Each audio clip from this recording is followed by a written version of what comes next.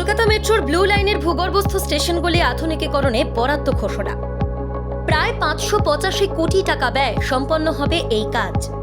Tunnel ventilation এবং air conditioning ব্যবস্থার আধুনিকীকরণে খরচ হবে 585 কোটি টাকা।